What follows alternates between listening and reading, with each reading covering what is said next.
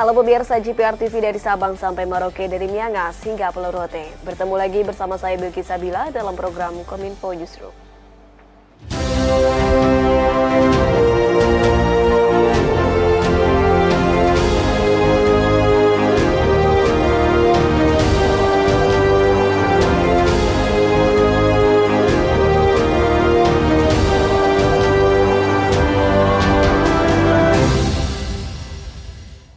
Inilah Kominfo Newsroom selengkapnya. Pemirsa, masyarakat Kabupaten Tegal, Provinsi Jawa Tengah diajak meningkatkan kewaspadaan terhadap penyebaran demam berdarah dengue pada awal musim penghujan.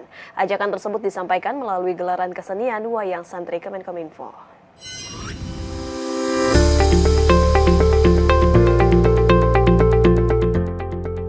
Kementerian Komunikasi dan Informatika menggunakan media Wayang Santri untuk meningkatkan kewaspadaan terhadap penyakit demam berdarah dengue kepada masyarakat di Indonesia. Dalam sosialisasi pencegahan dengue dengan perilaku hidup bersih dan sehat di Desa Tuwol, Kabupaten Tegal, Dirjen IKP Kemenkominfo Republik Indonesia Usman Kansong mengatakan, beberapa provinsi masih menghadapi banyak kasus DBD. Tingginya kasus DBD di sejumlah daerah dinilai muncul karena perilaku hidup masyarakat yang masih kurang memperhatikan kebersihan lingkungan. Melalui pergelaran Wayang Santri, Dirjen IKP Usman mengatakan, pesan-pesan yang bersifat mendidik, memberdayakan, mencerahkan, dan membangkitkan rasa cinta tanah air dapat disampaikan kepada masyarakat Kabupaten Tegal dengan cara yang santai dan menyenangkan. Dengan demikian, diharapkan cara pencegahan DBD dapat diterapkan oleh seluruh masyarakat dengan melakukan pemberantasan sarang nyamuk 3M+, yaitu menguras, menutup, memanfaatkan kembali atau mendaur ulang barang-barang bekas, serta upaya pencegahan tambahan seperti memelihara ikan pemakan jentik nyamuk menggunakan obat anti nyamuk ataupun memasang kawat kasa pada jendela dan ventilasi. Secara khusus saya berharap pagelaran Wayang Santri bisa menyampaikan pesan-pesan pembangunan karakter bangsa secara optimal, khususnya kepada para warga masyarakat Kabupaten Tegal. Melalui lakon Santri Suci yang diselingi dialog interaktif dengan tema pencegahan dengue dengan perilaku hidup dan sehat, diharapkan masyarakat Kabupaten Tegal dan sekitarnya dapat memahami arti penting perilaku hidup bersih dan sehat.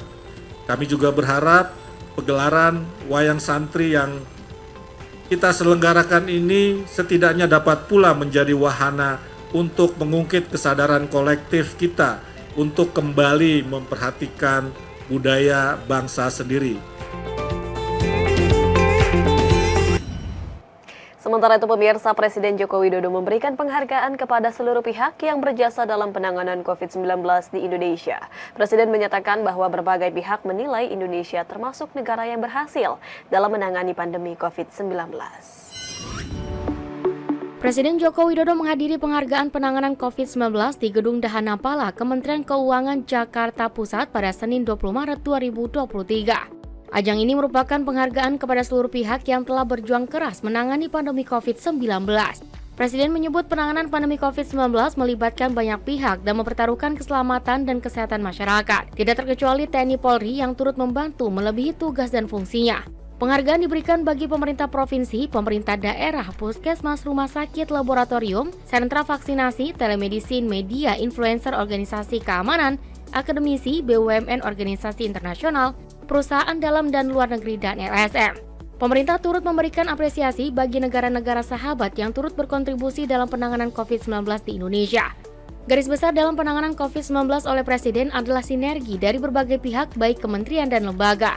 Presiden berharap sinergi ini dapat terus berjalan dan meningkat.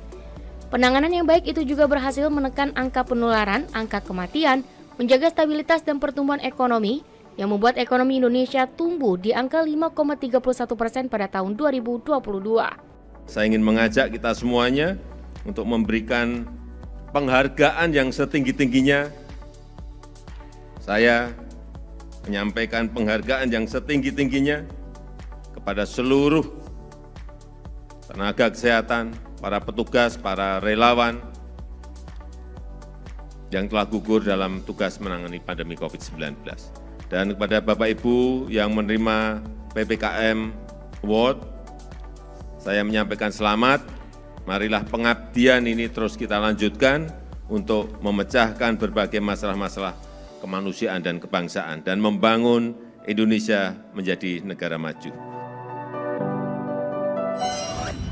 Presiden Joko Widodo meresmikan Jalan Nan Sarunai, Ruas Simpang 4 Islamic Center Tanjung Selatan, Tabalong, Kalimantan Selatan. Diharapkan jalan sepanjang 4,2 km ini dapat membantu menggerakkan perekonomian di Kabupaten Tabalong.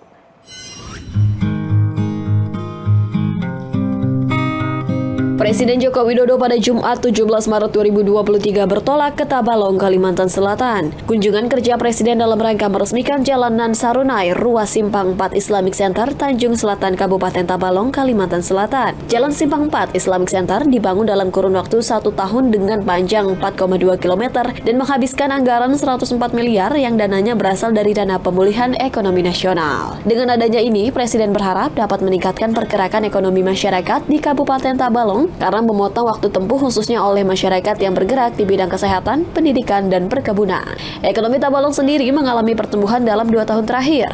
Laporan Bupati Tabalong, Anang Syafiani, pertumbuhan ekonomi Tabalong pada tahun 2021 sebesar 3,27% dan meningkat menjadi 5,30% pada tahun 2022.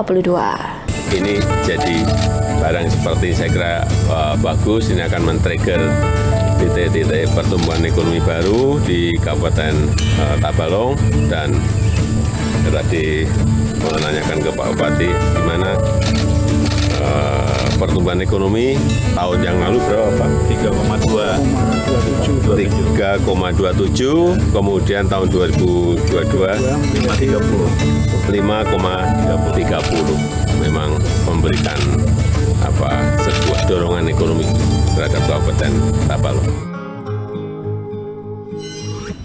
Menteri Kelautan dan Perikanan Sakti Wahyu Trenggono menegaskan komitmen KKP menjaga mutu produk perikanan termasuk dari kontaminasi mikroplastik.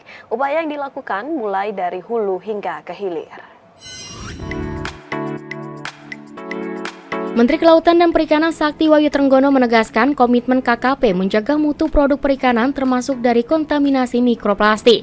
Hal tersebut disampaikannya di depan 47 kepala UPT di bawah Badan Karantina Ikan dan Pengendalian Mutu yang salah satu tugasnya menjaga lalu lintas produk perikanan di dalam negeri maupun yang datang dari luar negeri.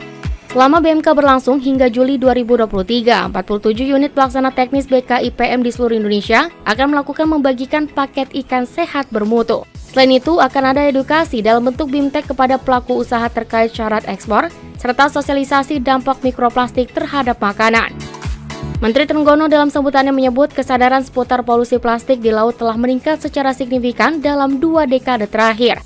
Pencemaran plastik di laut merupakan bahaya lingkungan utama dan dapat menyebabkan berbagai dampak kesehatan, yakni pada organisme laut termasuk mati lemas, terjerat, dan terkontaminasi.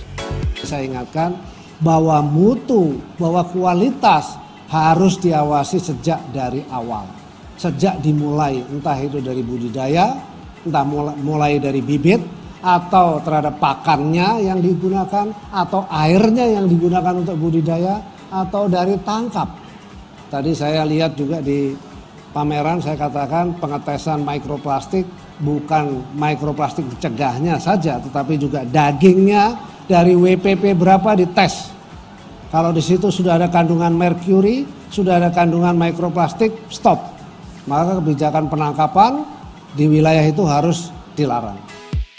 Sementara itu, Kepala Badan Karantina Ikan, Pengendalian Mutu dan Keamanan Hasil Perikanan Pamuji Lestari berharap melalui BMK dapat mengedukasi masyarakat tentang pentingnya mengonsumsi ikan bermutu, sekaligus mengurangi penggunaan plastik demi laut yang sehat. Dan mohon dukungan Bapak Menteri, anggota Komisi 4, Pak Daruri dan Bapak Ibu sekalian agar kami nantinya dapat mendeteksi mikroplastik jumlahnya, potensinya di seluruh area wilayah kita, utamanya kita prioritaskan pada daerah penangkapan ikan terukur. Sehingga kalau daerah tersebut bebas mikroplastik, insya Allah aman dikonsumsi dan potensi ekspor akan lebih tinggi. Pemirsa, kami akan segera kembali dengan beragam informasi menarik lainnya. Tetaplah bersama kami.